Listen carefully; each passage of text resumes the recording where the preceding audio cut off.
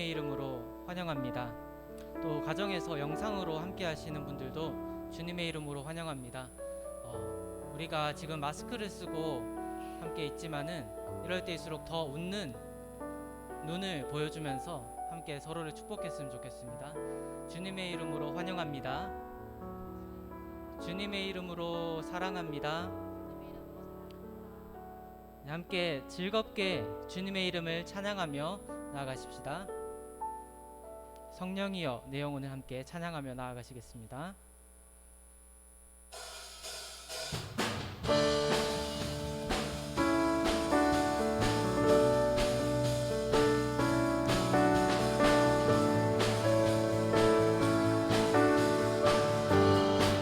성령이여 내 영혼을, 성령이여 내 영혼을 충만케 하소서. 내 속에 강물이 넘쳐나게. 성령이여 내 영혼을, 성령이여 내 영혼을 충만케 하소서. 내 속에 강물이 넘쳐나게. 성령이여 내 영혼 한 번 더 고백합시다. 성령이여 내 영혼을 충만케 하소서. 내 속에 강물이 넘쳐. 우리와 함께 하시는 성령 하나님 바라보시면서 성령이여, 성령이여 내 영혼을 충만케 하소서. 내 속에 강물이 넘쳐나게. 오 성령 하나님, 오 성령 하나님, 날 다시 새롭게 하소서. 채우소서, 채우소서. 내 영혼이 세상 유혹 다 이기고 다시 주를 닮아가도록 채우소서, 채우소서. 내 영혼이 세상 유혹 다 이기고 오직 주만 나타내도록. 다시 한번 고백합시다. 성령이여, 성령이여 내 영혼을 충만케 하소서. 내 속에 강물이 넘쳐나게.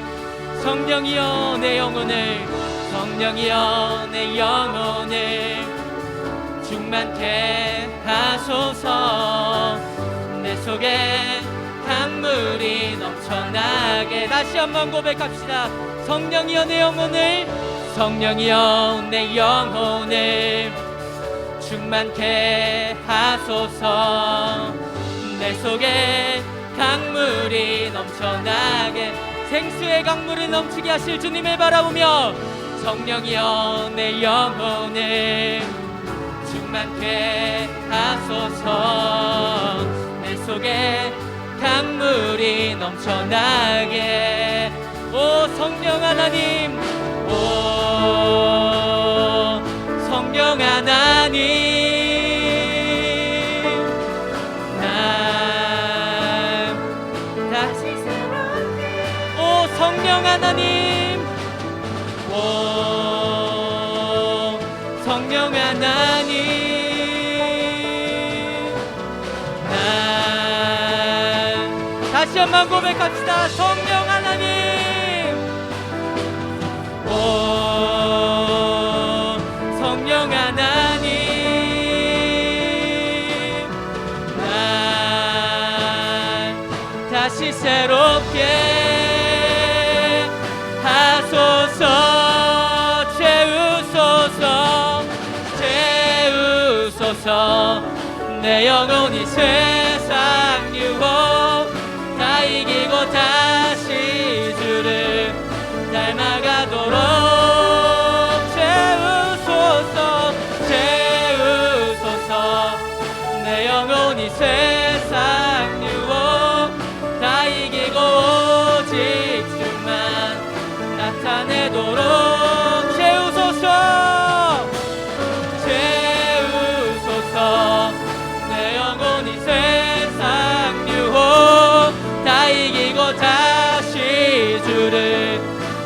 나가도록 채우소서 채우소서. 내 영혼이 세상 유혹 다 이기고 오직 주만 나타내도록. 할렐루야. 우리를 채우고 충만하게 하시는 성령 하나님께 영광의 박수를 올려드립시다. 아멘.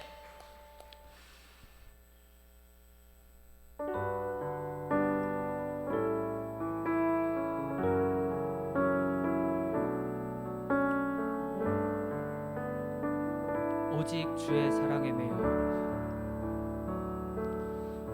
오직 주의 사랑에 매여 내 영 기뻐 노래합니다. 이 소망의 언덕 기쁨의 땅에서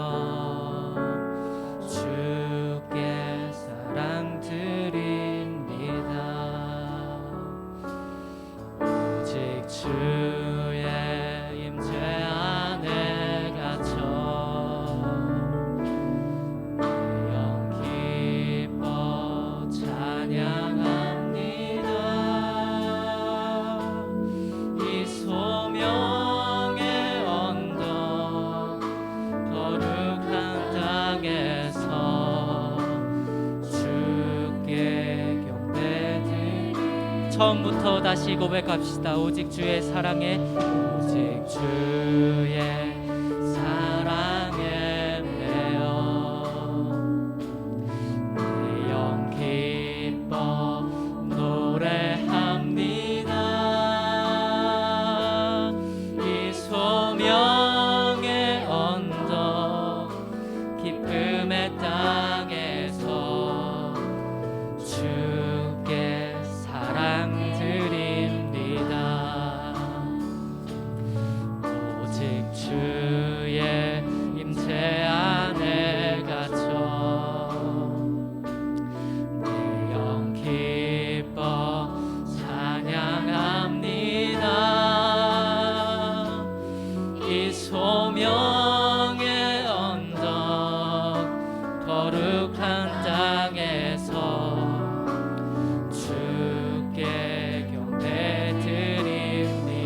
주께서 주신 모든 은혜 나는 말할 수 없네. 내 영혼 즐거이 주 따르렵니다.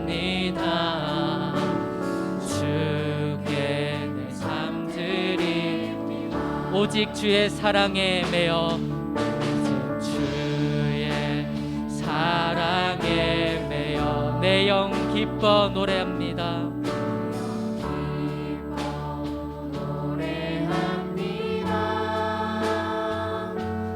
이 소망의 언덕 기쁨의 땅에서 주께 사랑 드립니다.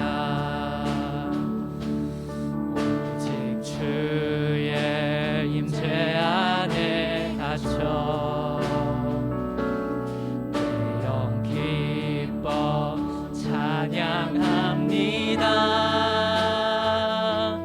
이 소명의 언덕 거룩한 땅에서 주께 경배드림. 주께서 주신 모든 은혜 나는 말할 수 없네. 내 영혼 즐거이 주 따르렵니다. 주께 내 삶 드리. 주께서 주신 모든 은혜 모든 은혜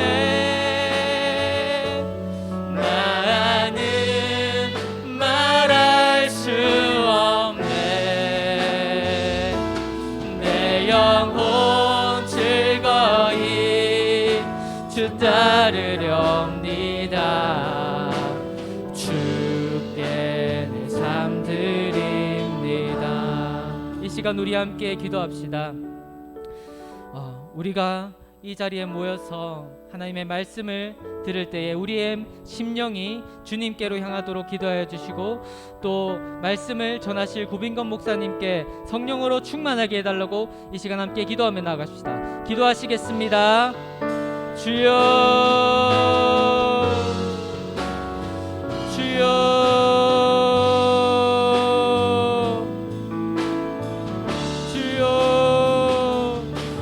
주께서 주신 모든 은혜 나는 말할 수 없네. 내 영혼 주 따르렵니다. 주께 내 삶 드립니다.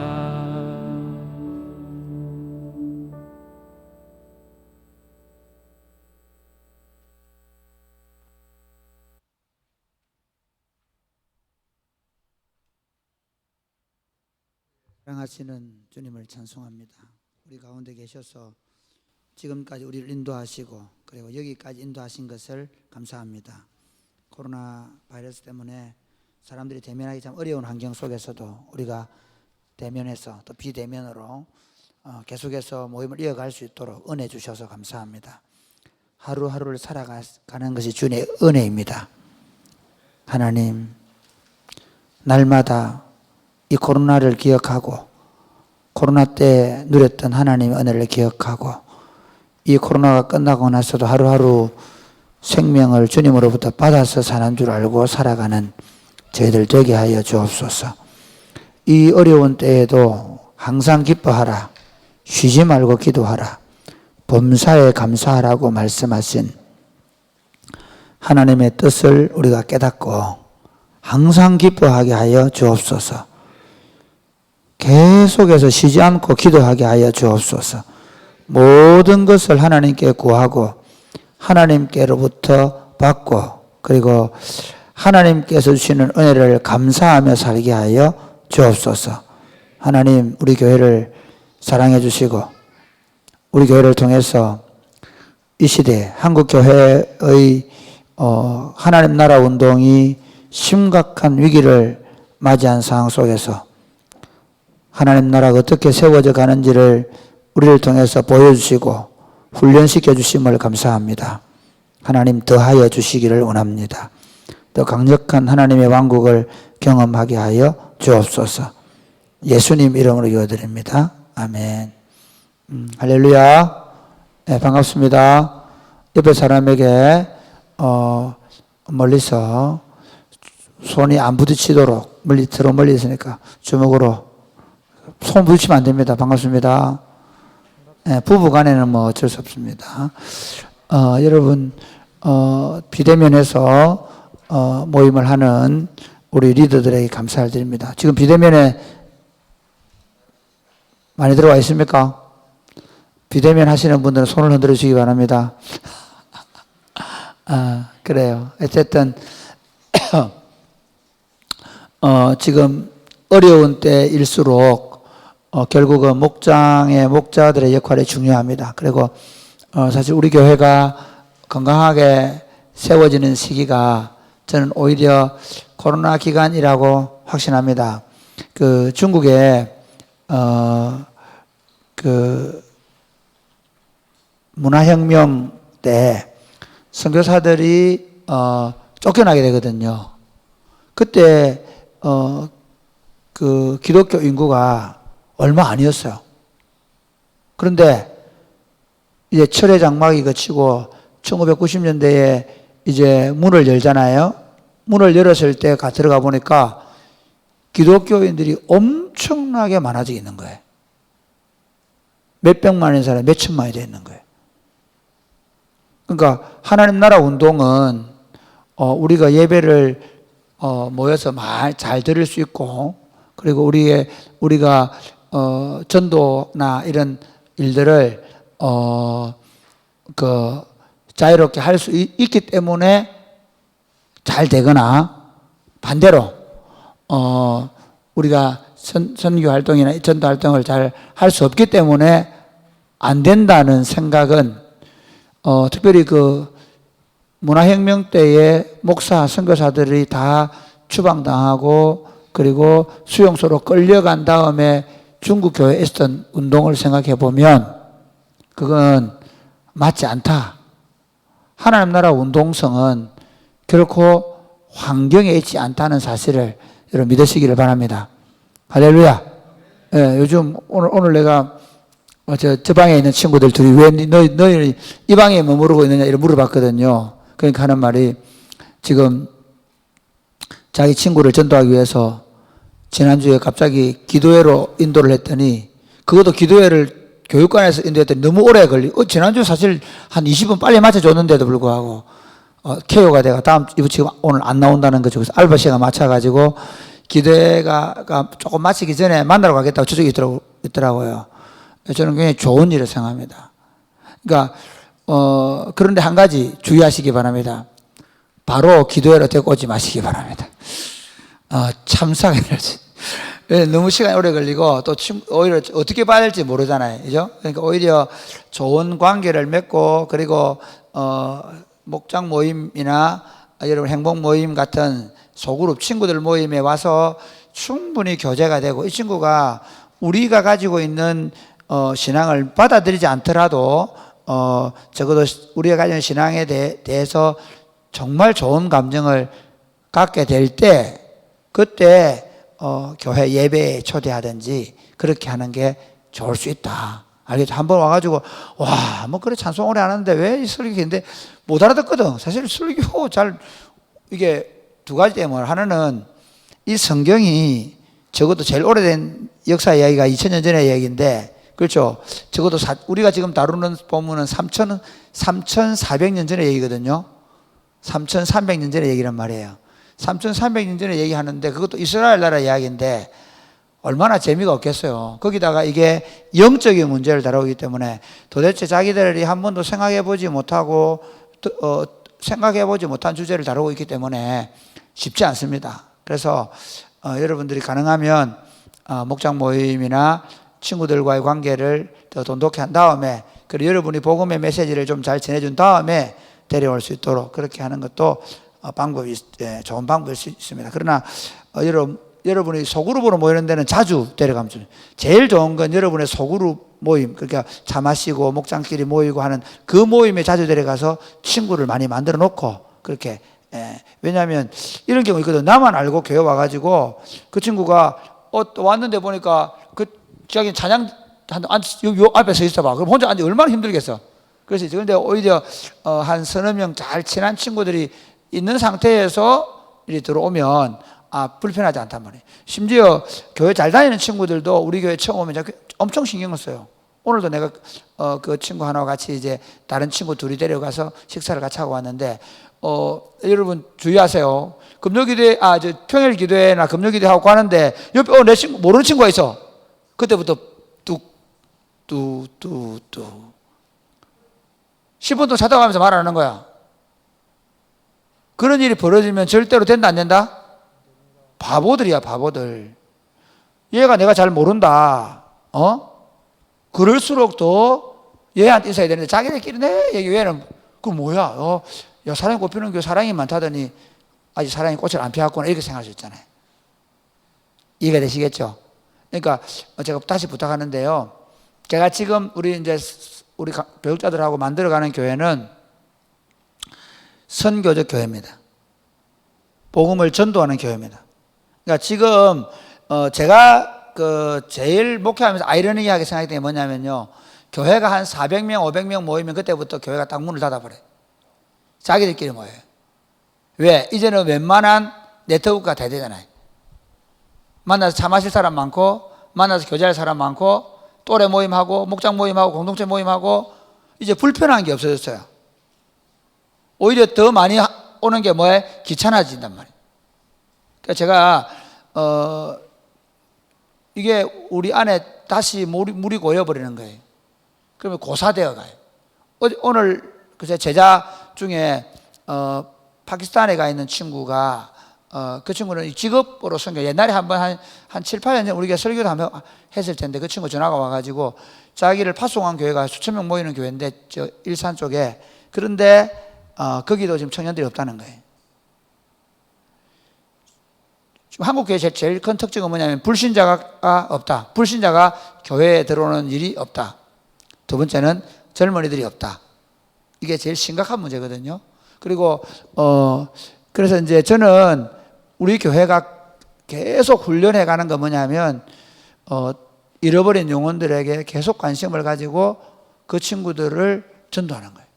이해가 되십니까? 그러니까 여러분들끼리 모이고 재미있고 학사 모임 재미있고 여기서 끝나버리면 우리는 실패하는 거예요. 어떻게 했든지 여러분 학과 친구들을 친구 삼고 그 친구들이 우리 학사에 놀러 오게 만들고, 그리고 우리 또래 모임에 오게 만들고, 우리 목장 모임, 주일날 목장 모임이 아니라 목장 친구들과 함께 오늘 뭐 예를 들면 에스더, 윤선이, 그 다음에 하소미 3명 모이는 자리에 3명만 모이면 안 돼.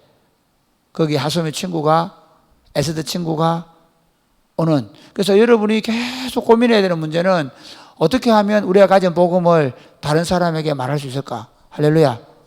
이거 안 되면 뭐라는 거예요? 우리가 1000명이 모이고 2000명이 실패합니다. 제가 오늘 그 유튜브에서 요즘 제가 역사 공부를 조금 하려고 하거든요. 알렉산더가 이 마케도니아가 그리스를 병합하고 그리고 이제 페르시아하고 전투하는 이야기를 이렇게 하는 유튜브를 보면서 그 책을 하나 읽어봐야 되겠다 생각했는데, 거기서 이제 분석이 뭐냐, 페르시아 군대가 오히려 수십만 명이 되고 마케도니아 군대는 5만 명밖에 안 되는데 왜 졌냐. 첫째는 페르시아가 가지고 있는 전법은 이미 페르시아가 그 당시 모든 제국을 정복할 만큼 막강한 그 전법이 있었는데, 그걸 뛰어넘는 이제 알렉산더의 아버지가 개발한 그 긴 창을 가지고 하는 전법을 가지고 이렇게 싸우는 전법이 바뀐 거예요. 두 번째, 그 다음 더 중요한 게 있어요. 보니까 알렉산더가 저거 타락하기 전까지, 페르시아를 정복하기 전까지 굉장한 리더십을 가지고 군대를 이끌면서 군대가 알렉산더의 몸처럼 움직여준 거예요. 그런데 페르시아 왕은 뒤에 앉아가지고 지휘하는데, 문제는 페르시아 군대는 다 제국에 끌어모은 군대니까 오합지졸이에요. 제가 왜 이 얘기를 하냐면요, 저는 우리 교회에서 가장 고민하고 가장 우려하는 게 뭔지 알아요? 믿는 사람들이 교회에 들어와가지고 여전히 자기가 신앙생활 하던 대로 자기 소견에 옳은 대로 신앙생활 하는 거예요. 가장 나쁜 상황이 됩니다. 교인들은 지금 뭐 예를 들어서 400~500명 되는 교인이 1000명이 되고 2000명이 될 수 있어요. 소문이 나면. 저는 이게 제가 우리가 잃어버린 교회라는 책을 최근에 얘기 한번 해줬죠. 처음에는 막 운동이 일어났는데 나중에는 교회가 유명해지니까 우리 교회가 지금 그런 단계에 서서히 가고 있습니다.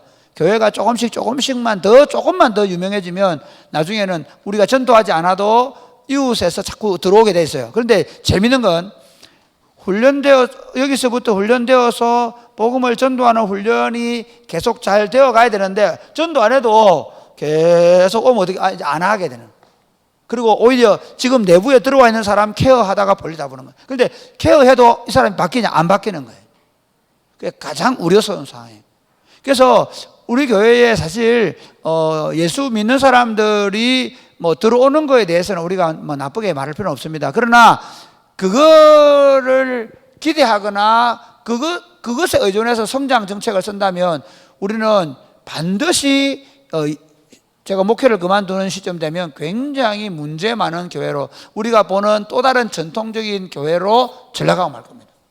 그러니까 제가 가장 고민하고 신경을 쓰는 문제는 뭔가 하면, 우리 교회가 내가 목회할 때 1000명이 되냐 2000명이 되느냐가 아니고 제가 목회를 이양해 줄 때도 여전히 지금보다 훨씬 더 건강한 교회가 되어서 이미 서너 개 이상의 개척을 하거나 또는 다른 교회를 우리 박 목사님이나 우리 서강 목사님이 우리보다 더 탁월하게 계속 예수 운동을 펼쳐가는 교회로 만들 것이냐 하는 것이 숙제입니다. 그러니까 만약에 우리가 더 교인들이 많이 모이는 교회로 가려고 하면 여기 있으면 안 돼요. 최소한 우리가 어디로 가야 되느냐? 저 앞에 큰 길로 가야 돼.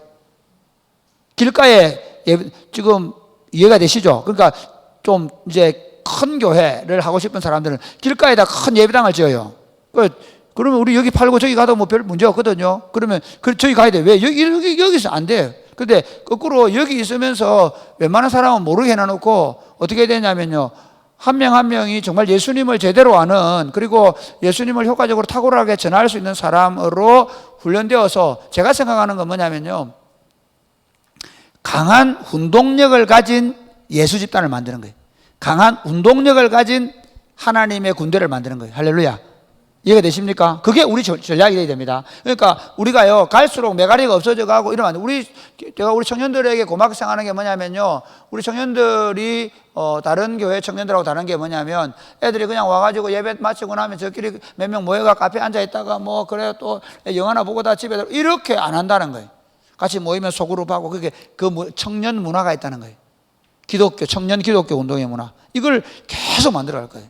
그러니까 뭐 주일날 되면 예배당 왔다가 예배 드리고 친구들 몇 명 모여 카페 놀다가, 그러고 뭐 주일 잘 지켰다 하고 또 일주일 동안 지 마음대로 살다가 또 주일 되면 예배당 오고, 그런 교회로 안 가겠다.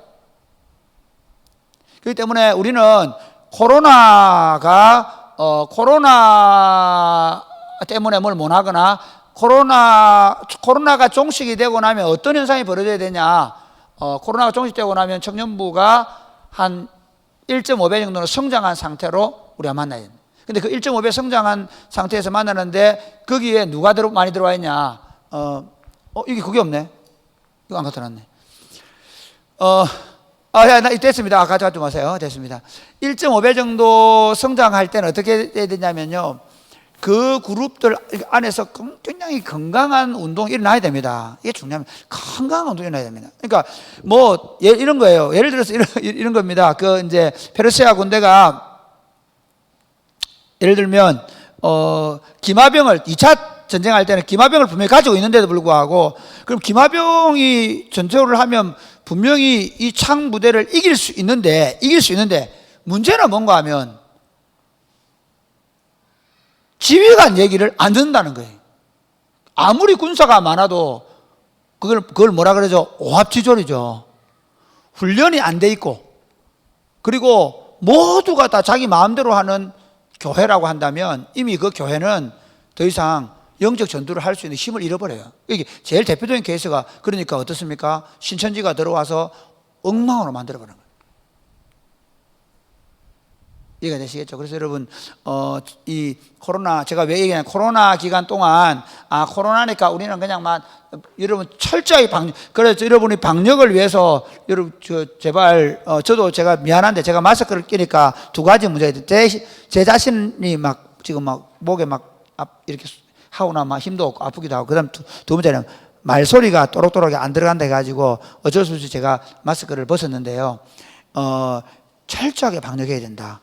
이해가 되시죠? 여러분이 김밥을 싸든 뭘 하든 절대로 코로나에 걸리면 절대로 안 된다. 왜? 코로나에 걸리는 순간 사랑이 꼽히는 교회가 엄청나게 사단의 방해를 받을 것이라는 생각을 가지고 코로나에 걸리면 안 된다는 생각이 1번입니다. 아시겠죠?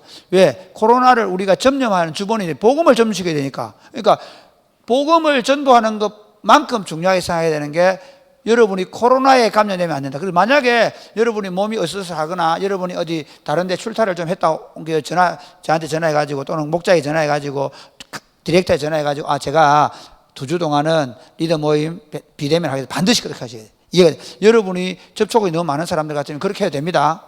그러면서 그러니까 여러분이 비대면으로 예배하는 것 저는 절대로 뭘 하지 않겠습니다. 그러나 분명한 게 있습니다. 비대면으로 하는데 잠옷 입고 앉아가지고 이불 뒤집어 쓰고 예배 드린다고 그러지 마시라고. 조그마한, 사실은 그런 고문. 이게 차라리 오는 게 훨씬 낫지, 일주일이죠. 그러니까 그 말은 진짜 비대면으로 예배 드리는 게 훨씬 더 신앙이 필요할 수 있습니다. 영상 보고 하는 게 쉽지 않거든요.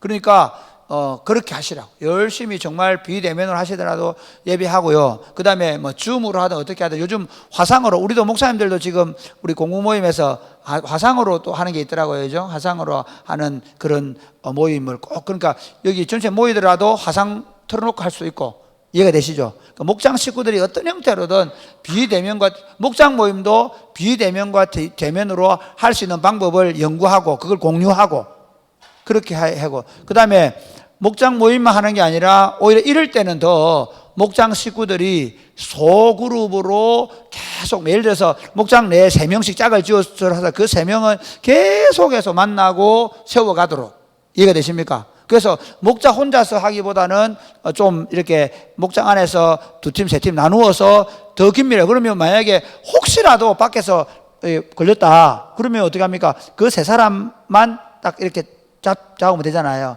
그러니까 소그룹으로 더 강화시켜서 자주 만나라. 아시겠죠? 예, 여러분 부탁합니다. 그래서 제가 여러분을 부탁하고 싶은 얘기는 절대로 손 놓고 있으면 안 된다. 그리고 지금 제가 오늘 이 말씀을 공부할 부분을 보면 왜 그래야 되는지를 압니다. 자, 오늘 한번 보겠습니다. 사사기 2장 6절에서 10절 한번 보실까요? 시작. 전에 여호수아가 백성을 보내매 이스라엘 자손이 각기 그들의 기업으로 가서 땅을 차지하였고, 백성이 여호수아가 사는 날 동안과 여호수아 뒤에 생존한 장로들 곧 여호와께서 이스라엘을 위하여 행하신 모든 큰 일을 본 자들이 사는 날 동안에 여호와를 섬겼더라. 여호와의 종 눈의 아들 여호수아가 110세에 죽음에 무리가 그의 기업의 경내 에브라임 산지 가스 산 북쪽 딥낫 헤레스에 장사하였고, 그 세대의 사람도 다 그의 조상들에게로 돌아갔고, 그 후에 일어난 다른 세대는 여호와를 알지 못하며 여호와께서 이스라엘을 위하여 행하신 일도 알지 못하였더라. 여러분 힘드시죠? 마스크 끼고 읽기가 그래. 너무 마스크 힘드신 분들은 혼자 구웅전도 힘들게 할 테니까 여러분은 너무 힘들면 그냥 그래 좀. 여기 보면요, 하나님에 대한 신앙은 언제까지 지속됐습니까? 언제까지? 예? 언제까지? 예? 예, 여호수아 뒤에 생존한 장로들 이죠? 그때까지죠. 그래서 여호와께서 이스라엘을 위하여 행하신 모든 큰 일을 본 자들이 사는 날 동안에 여호와를 섬겼더라. 그게 무슨 말이냐면요, 이런 거예요. 여호수아가 그 정복 전쟁을 할 때 같이 전쟁에 참여했던 어른들, 그리고 그 정복 전쟁을 하는 동안에 그 옆에서 지켜보았던 어린이들, 그러니까 그 사람들이 여호수아를 알던 장로들이죠. 그 사람, 그러니까 적어도 하나님께서 이스라엘 백성들이 가나안 정복 전쟁을 할 때 직접적이든 간접적이든 경험했던 사람들, 그 사람들은 하나님을 섬겼다는 거예요. 그렇죠? 그 다음, 그러면 언제부터 무너지기 시작했습니까? 언제부터요?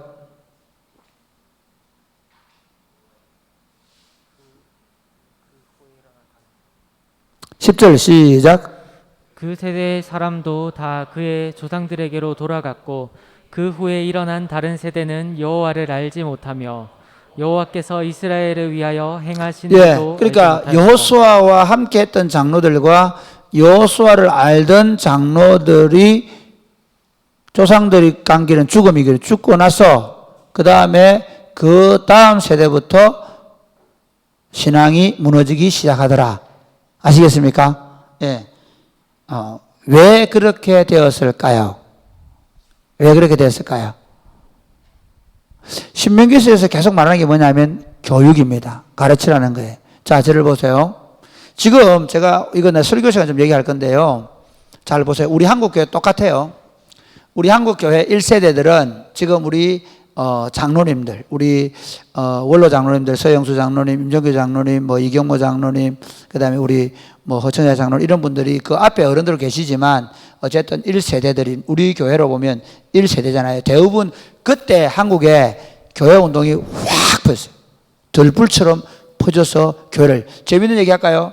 1953년도에 우리 교회가 세워졌거든요. 그때 우리 교회만 세워진 게 아니고 진량에 있는 선한능력교회 세워지고요. 그 다음에 상림동에 있는 중림교회도 세워지고요. 남문동에도 세워지고요. 이해가 되십니까? 그 다음 1년 뒤에 암양에도 세워지고요. 그러니까 교회가 그 1953년, 54년 그때요, 막 확 퍼졌어요. 지금, 그러니까, 그때 세워지고, 그리고 나서 이제 교회가 세워졌지만, 그 세대들이 자라잖아요. 그러니까 지금 우리 원로 장로님들이, 지금 80세 정도 되거든요. 그러면, 그때 연세가 얼마 될까요? 교회가 처음 세워질 때? 예? 한, 10살 정도 무렵이겠죠. 그렇게 생각하면 돼요. 10대 때 교회가 쓴 거예요. 근데 그럼 교회 옆에 섰으니까 가기도 하고 또는 주변에 있었겠죠. 그러다 이런들이 주로 언제 교회로 많이 들어오냐면요. 30대 이 무렵에 그 당시에 교회로 확 사람 들어와요. 재밌죠? 그런데 그리고 나서 그때 한번 이렇게 교회들이 세워지고, 그러나 그때는 소수예요. 그 다음 어떻게 되냐면요. 우리 때는 내가 마산에서, 물론 거기 서출 자유지역이지만 그때는 어른들이 거의 한 명도 없고 우리 그 개척교회였는데 한 50명 정도가 청년들이었어요. 그러니까 20대 아이들이 그 개척교회에 50명이 나왔어요. 그만큼 교회들마다 청소년 청년들이 교회로 몰려왔단 말이에요. 그게 1980년대. 1990년대를 넘어서면서 교회들이 점점 갈등과 분열에 휩싸이면서 가나안 교인이 생겨요. 재밌습니다. 그 가나안 교인들의 주축은 한 2000년 넘었으면, 한 2000년 넘었으면서 가나안 교회가 생기는데, 그 가나안 교인들은 누가 됐냐면, 우리 또래의 30대, 40대 이 사람들, 교회에 나가서 처음에 그 청소년 사춘기 때 부모님이 예수 믿어서 또는 복음을 받아들이고 갔는데, 그때는 너무 좋았는데, 지나고 나서 보니까 교회가 점점 변질돼 가고, 복음이 아니라 물질주의가 들어오고, 교회 안에 분열과 다툼이 생기고, 그러면서 어느 날부터인가, 아이고, 난 교회는 안 나가. 복음은 내가 믿지만, 교회는 안 나가. 그래 된 거예요. 그런데 그 교회 안 나가는 부모님 밑에 태어난 지금의 20대 이하의 어린이들, 청소년, 청년들, 그들은 부모님들이 교회에 대한 애착도 없고, 교회에 예배도 잘 안 나가고, 심지어 예배에 나가도 정말 그 교회에 살아서 막 희열을 느끼고 기뻐하고 즐거워하고 막 그런 게 아니라, 부모들의 신앙을 그냥 답습해 가는 정도의 수준의 부모들을 보면서 이 아이들은 신앙의 매력을 느끼지 못하고, 그러니까 지금 아마 한국에 한 15% 정도가 기독교인이라고 얘기하면, 그 중에 그 15% 중에서 20대 이하들은 전체 인구의, 만약에 전체 인구의 15%가 기독교인을 하더라도 20대들은 전체 인구의 5% 안 된단 말이에요. 그럼 20대들은 숫자가 그거는 숫자가 줄은 상태에서 퍼센테이지 낸 거잖아요. 그러니까 이게 지금 우리가요, 지금 10대들까지 내려가 버리면 미전도 종족이 돼요. 엄청나게 예배당은 많이 지어놨는데, 원래 5% 이하는 미전도 종족이거든요. 미전도 종족이 돼요, 우리가. 옛날에 우리 대학 다닐 때는요, 미전도 종족의 선교사를 보내자고 난리를 피웠단 말이에요. 그런데 우리가 미전도 종족이 되고 있습니다. 그게 지금 우리의 처한 상황이라는 거죠. 이해가 되십니까? 왜 이렇게 됐을까요? 교육의 부재예요. 우리가요, 거꾸로 얘기하면, 우리 부모님들은 가난하게 살면서 믿음으로 살았어요. 그런데 그 부모님들이요, 돈 좀 벌면 어떻게 다 여기서 대구로 학교 보내고, 다 서울로 학교 보내고, 그러면서 서울로 학교 보내는 것 자체를 탓하는 게 아니라 신앙교육보다 공부 잘해가 출세하는 것에 대한 마음을 가졌단 말이에요. 어떻게 하면 이 아이들에게 예수님을 제대로 믿게 할 것인가가 아니라, 우리 전도사 할 때, 그러니까 우리가 한 지금부터 25년 전에 실제로 뭐냐면, 그때부터 애들 학원 보낼 거냐, 교회 보낼 거냐, 이런 얘기 많았거든요. 고3 되면 교회 안 보낸다, 뭐 그런 얘기들. 그런 얘기가 실제화된 게 뭐냐면 이제 그 세대 사람들이 이제 30대가 되고 40대가 되면서 그 친구들은 신앙은 세 번째, 네 번째 순위가 된 거예요. 먼저는 좋은 직장, 더 많은 돈. 이해가 되십니까? 그러면서 신앙 교육이 완전히 실패했습니다. 이게 지금 한국교회, 그러니까 저는 지금 이 상황에서 한국교회는요, 답이 없습니다. 제가 뭐 교만한 게 아니고요. 사실 제가, 우리 사랑이 꼽히는 교회가 답을 주면 좋겠다는 생각 때문에 이렇게 하는 거예요. 이 친구들, 청년들을 이렇게 매주 금요일마다 불러다 훈련시키는 교회가 내가 볼 때 한국에 거의 없단 말이에요.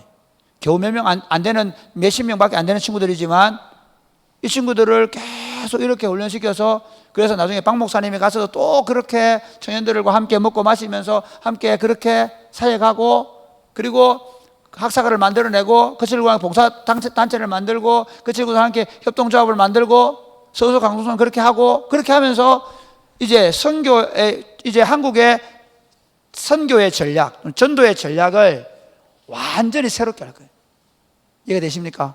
지금 사실은요, 교회들이 지금 불과 한 10년 사이에 교회들이 청년들은 팽개치고 어디 예배당 신도시 더 크게 지어가지고 교인들 더 많이 썰어 담겠다는 생각으로 어떻게 예배당을 더 크게 짓고 그러니까 교회에 엄청난 수백억, 제가 있던 교회만 해도 한 500억짜리 예배당을 지었으니까 수백억짜리 예배당을 지어서 그 돈을 어떻게 아이들에게 예를 들어서 학사를 제공한다든지, 그 돈을 가지고 어떻게 했든지 아이들을 청년들에게 장학금을 지급하고 청년들을 교회 안에서 더 믿음으로 살아가도록 하도록 훈련시켜야 되는데 거기보다는 더 큰 예배당을 지어서 어떤 사람 헌금해 줄 수 있는 교인을 모은 거예요.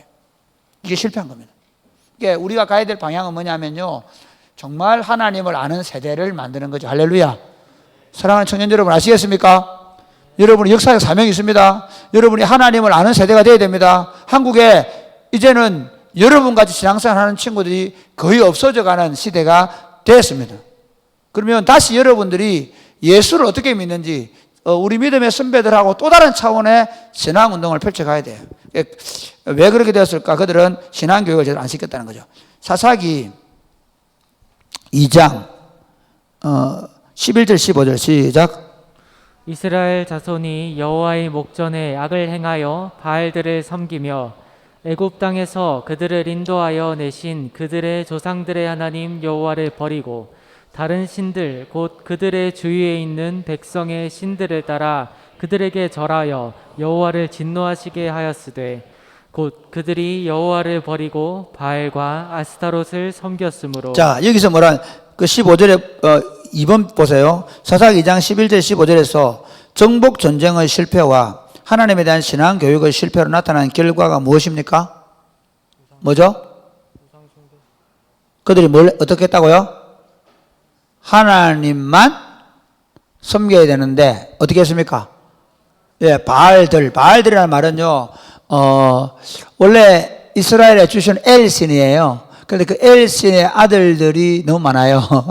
원래 그리스 신화도 그게 다 그 주변에 있는 그 그리스 신화 다 그게 비슷한 영향을 받는데요. 그 엘과 그 아세라가 나중에는 바알과 아스타로스를 만들거든요. 그렇게 해서 그 아들 중에 하나가 바알이에요. 근데 그 신들이 있잖아요. 그러니까 이스라엘 나라의 신들은 쉽게 말하면 나무 밑에도 신, 물가에도 신, 집에도 신, 신들, 그러니까 신들의 지배를 받게 된 거예요. 그 우상들의 지배를 받는 민족이 됐다는 거죠. 누가? 이스라엘이. 자, 제가 예를 보세요. 우리가 가야 할, 예를 한번 보십시오. 우리가 가야 할 예적 그 길이라는 주제로 여러분 설교하시는 기억납니까? 안 납니까? 나도 1번 첫 번째가 뭐였습니까? 예수님을 주님을 고백. 그게 어떤 의미냐면 그런 겁니다. 지금 세상의 사람들은요, 다 예를 들면 돈신, 권력의 신, 정욕의 신, 오만 것들을 다 섬기고 있잖아요. 그걸 갖기 위해서 자기 몸을 팔고, 자기 생명을 팔고, 자기가 온갖 자기 영혼을 팔아서 그걸 사거든요. 그런데 예수 믿는 사람은 누구를 신으로만 섬긴다고요?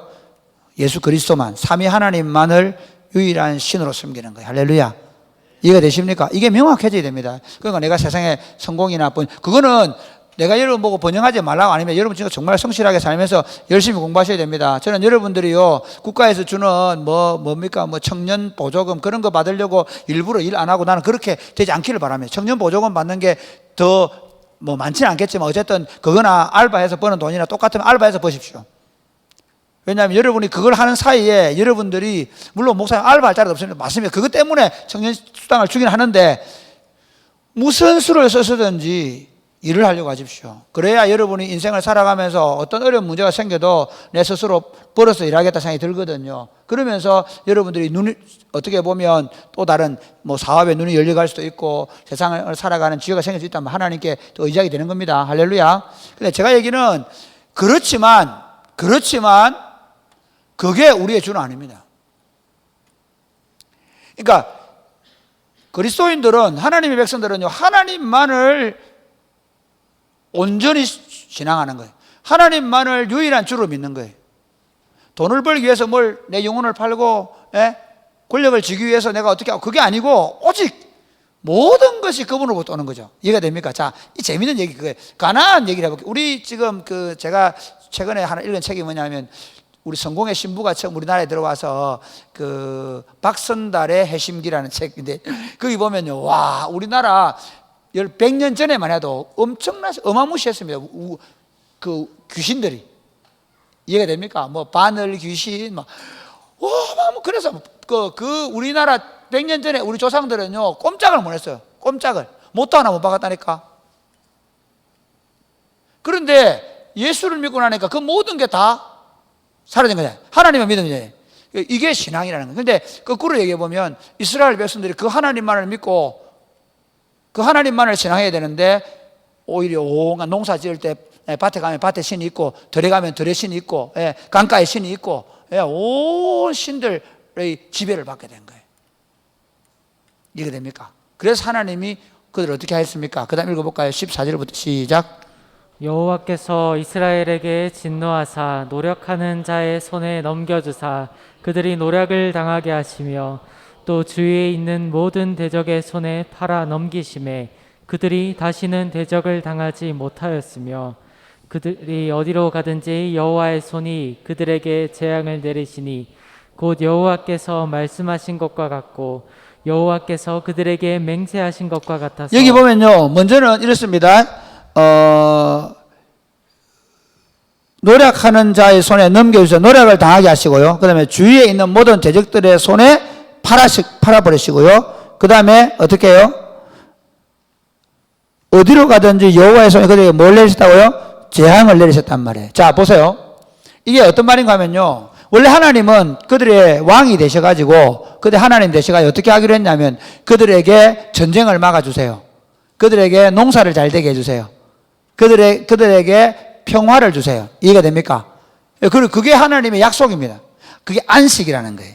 그러니까 하나님의 통치만 잘 받으면, 하나님의 다스림만 받으면 일용할 양식도 주고, 전쟁도 막아주고, 그 다음에 전염병이나 기근으로부터 보호를 해주겠다는 하나님의 약속이 있었어요. 그런데 이들이 하나님을 왕으로 안 섬기고 다른 것들을 왕으로 섬기니까, 그래, 그러면 그 귀신들한테 한번 네가 지배를 당해봐. 그렇게 한 거죠. 이해가 됩니까? 하나님이, 여러분 이렇게 생각하면 됩니다. 하나님이 팔았다는 그런 의미가 어떤 의미인가 하면요, 와, 하나님 정말 태도 너무한다. 그래도 자기 자신을 그렇게 고통스럽게 하냐. 그게 아니고, 아니, 자기들이 그렇게 의지하려고 하니까, 자기들이 그렇게 하고 싶어 하니까 나 나버린 거죠. 이걸 어떤 의미인가 하면, 원래 광야에는 뱀이나 정갈이 많이 있을까요, 없을까요? 있죠. 있는데 그들이 오히려 뱀이나 정갈을 하나님이 보호를 해주셨단 말이에요. 그런데 막 가면서 불평을 해요. 겨우 우리가 말이야 이 만나밖에 먹지 못하나 하고 원망도 하고, 왜 우리를 광야를 들고 와서 물도 못 마시게 하나, 그렇게 원망을 하니까 뭘 와요? 불뱀을 풀어놔보죠. 불뱀을 하나님이 불러왔을까요? 아니면 그 주변에 불뱀이 있었을까요? 있는 거죠. 근데 어떻게 했습니까? 하나님이 그것들로부터 그 접근을 모아도 막아 놓으셨다가, 그래, 그럼 내가 너희가 말하는 대로 내가 보호해 주지 않을게. 보호를 풀어버리는 거죠. 이해가 됩니까? 우리는 이렇게 생각해요. 내가 잘나서 공부를 잘하고 내가 잘나서 지금까지 살아온 줄 아는데, 예? 여러분, 지금까지 하나님이 우리를 지키시고 보호하실 줄 믿으시기를 바랍니다. 근데 하나님을 인정하지 않으면 그 보호막을 풀어버리는 거예요. 그러니까 보호막을 지금 보호를 해주시기 때문에 질병으로부터 우리가 여러 가지 환난으로부터 하나님 우리를 지켜주고 계시는 거예요, 그나마. 그런데 여러분이 불평하고 원망하면 하나님 어떻게 하신다고? 그 보호막을 풀어버린 거예요. 그래서 그 보호막을 풀어버리니까 적군들이 오고 옆에 있는 이 가나안 사람들이 괴롭히고 재앙이 내려오고 이렇게 하는 거죠. 이해가 되시겠죠? 예, 그렇게 이해하시면. 그래서 하나님이 왕이 되셔서 다스리면 이 모든 것을 막을 수 있는데 그들이 왕으로 인정 안 하니까 하나님 왕 노릇을 안 하신 거죠. 이해가 되시겠습니까? 예. 이걸 주는 교훈이 뭐냐? 아까 그 얘기예요. 하나님을 왕으로 인정하지 않으면 하나님이 그들에게 왕 노릇 안 해준다. 이게 진짜 재밌습니다. 그러면 우리가 이렇게 얘기하죠. 자, 저를 보세요. 예수님께서 마태복음에도 똑같이 6장에 보면 너희는 무엇을 마실까, 무엇을 입을까, 무엇을 먹어 염려하지 말아라 했거든요. 이해가 되죠? 그러면 이렇게 얘기합니다. 뭐라고 하는가 하면 너희는 먼저 그의 나라와 그의 의를 구하라. 그의 나라와 하나님 아버지가 왕 노릇하기를 구하라. 그 말이에요. 그의 나라는 하나님 아버지가 너희에게 왕이 되시도록 말씀드려라. 그 다음에 그의 의라는 건 뭐냐면 하나님 아버지가 아버지 노릇 하시도록 부탁드려라. 할렐루야. 이해가 됩니까? 그 신앙생활은 뭐냐면요, 하나님의 통치를 내가 받아들이고 하나님이 나에게 아버지 노릇해 주시도록 끊임없이 부탁하면서 그 하나님을 아버지로 인정하고 그 아버지의 말씀에 살아가는 게 신앙생활. 그렇게 하면 하나님 어떻게 하는 거예요? 그 아버지가 약속한 것들을 다 지켜내세요. 할렐루야. 이해가 됩니까? 똑같아요. 우리 온이인이가요, 저한테 아버지로 인정을 해주면 해줄수록 어떻게 될까요? 마트를 자주 가요. 할렐루야. 그러나 우리 온이인이가 저를 아버지를 인정 안 하고 맨날 싸우고, 저끼리 고집 부리고, 그래, 과자 하나 전화놓으면 뺏고 싸우고, 그럼 안 가요, 잘. 왜 안 갈까요? 주면 싸우니까, 말 안 들으니까. 그러니까 이게 기복이 아닙니다. 하나님이 아버지 노릇하게 하지 않으면 아버지 노릇을 안 해주시면. 그래서 여러분이 하나님께 아버지 노릇하고 일용할 양식을 주옵소서, 악에서 구해 주옵소서, 할렐루야, 시험에 들지 말게 해 주옵소서. 내가 하는 게 없는 아버지에게 구하는 거죠. 네. 그 다음 3장, 그 다음에 사사기 2장 16절 23절 문제부터 들어보세요. 시작. 해서 이스라엘이 이방 나라의 학대로 고통받을 때 하나님은 그들을 위하여 누구를 세워 어떻게 했습니까?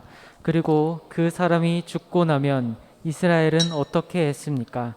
이것을 통해서 알 수 있는 사사기의 사이클은 어떤 것입니까? 오늘 진짜 좀 칠판 있었어야 되는데, 예. 이거 이 사사는 판관이라 그랬죠. 그 다음에 제가 지난 말씀드렸는데요.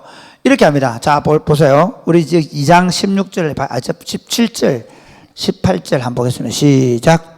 그들이 그 사사들에게도 순종하지 아니하고 오히려 다른 신들을 따라가 음행하며 그들에게 절하고 여호와의 명령을 순종하던 그들의 조상들이 행하던 길에서 속히 치우쳐 떠나서 그와 같이 행하지 아니하였더라.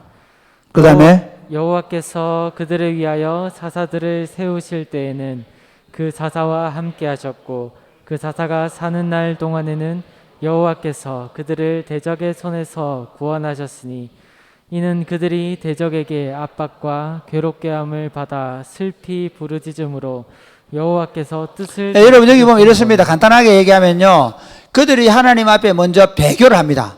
결국 배교를 하면 하나님이 대적들이나 옆에 있는 사람들을 통해서 괴롭힙니다. 이해가 됩니까? 그러면 그들이 어떻게 슬피 울고 부르짖으면, 이 슬피 울고 부르짖는다는 말은 회개한다는 말이 아닙니다. 제가 복임 사건에서 얘기했지만 슬피 운다는 것은 그냥 우리가 매를 때리면 애들이 회개해서 웁니까? 그냥 아파서 웁니까? 아파서 울면 부모 마음이 동요해요, 안 동요해요? 애가 때리는데 애가 우는데도 이놈의 새끼 니는 피가 나야 돼 그러면서 피내가 철철하도록 때리는 그 냉혈한 인간입니다. 그렇죠. 예, 어떻게 합니까? 한 대 탁 때리는데 애가 막 짜지러지게 울면 그 다음에 엄마 아빠가 마음이 아파가지고 잘 못 때립니다. 그렇죠? 아마 그러니까 연기를 잘하는 놈이 덜 맞습니다. 때려봐라. 그리고 딱 때리면 이 깨물고 10대다. 그럼 10개 딱 맞고 이래 있으면 더 열받습니다. 그렇죠? 한 대 때리면 어머! 그럼 뭐 애가 막 잘 넘어가면 나도 겁이 나. 얘한테 더 때리면 안 될 것 같아. 하나님이 지금 그걸 그러니까 부러졌다 슬피 울며 부러진다는 말은 뭐냐면요, 막 너무 아파가지고 아파 죽겠어요 그러면 하나님이 돌이켰다는 하나님 후회하는 거예요. 그러니까 여기 이 사사기를 정확하게 이 해석하면 뭐냐면요, 우리가 회개를 하는 게 아니라 하나님이 회개를 하는 거예요. 우리 애기들 키우는 엄마들 그런 적 있죠. 이놈 아빠 한 대 딱 때렸는데 울고 그러면 막 엄마가 마음이 아파가지고 나중에 어떻게 안 뒷부분을 말해주잖아. 안 뒷부분 누가 회개하나? 아가 회개하나? 엄마가 회개하나? 엄마가 회개하잖아. 안 때릴게. 그걸 또 때리다. 그게 지금 하나님이 회개를 하고 구해주시는 거예요. 이해됩니까? 그 사람 구하는 게 아니면 하나님이 회개를 하고 구해줘요. 그러면 또 사사가 사는 날도 평안이 와요. 그리고 또 좀 잘 살면 또 어떻게? 또 이게 사사기의 사이클이에요. 그러니까 타락, 그러니까 범죄, 그 다음에 그 다음에 징계, 그 다음에 부르짖음, 그 다음에 하나님께서 구원, 그 다음에 다시 타락 이렇게 되는 거예요. 그 다음 그 다음에 그 뒤에는 사사기 3장 1절 6절은 그 가나안 족속들 얘기하면 되고요. 하나님 왜 가나안 족속들을 남겨놓으셨나요? 왜 남겨놓으실까요? 네? 그들을 훈련시키시려고. 그 과정을 통해 하나님이 이렇게 생각하면 돼요. 그들이 가나안 정복전에 안 봤으니까 어떻게 해요? 자기들을 구해준 하나님을 보면서 어떻게 하라고요? 그들도 배우라는 거죠. 하나님 자기를 구해주는. 기도하겠습니다. 하나님 아버지, 우리가 정말 우리 자신들이 잘 훈련되어서 우리 다음 세대를 잘 세워가게 하여 주옵소서. 예수님 이름으로 기도드립니다. 아멘.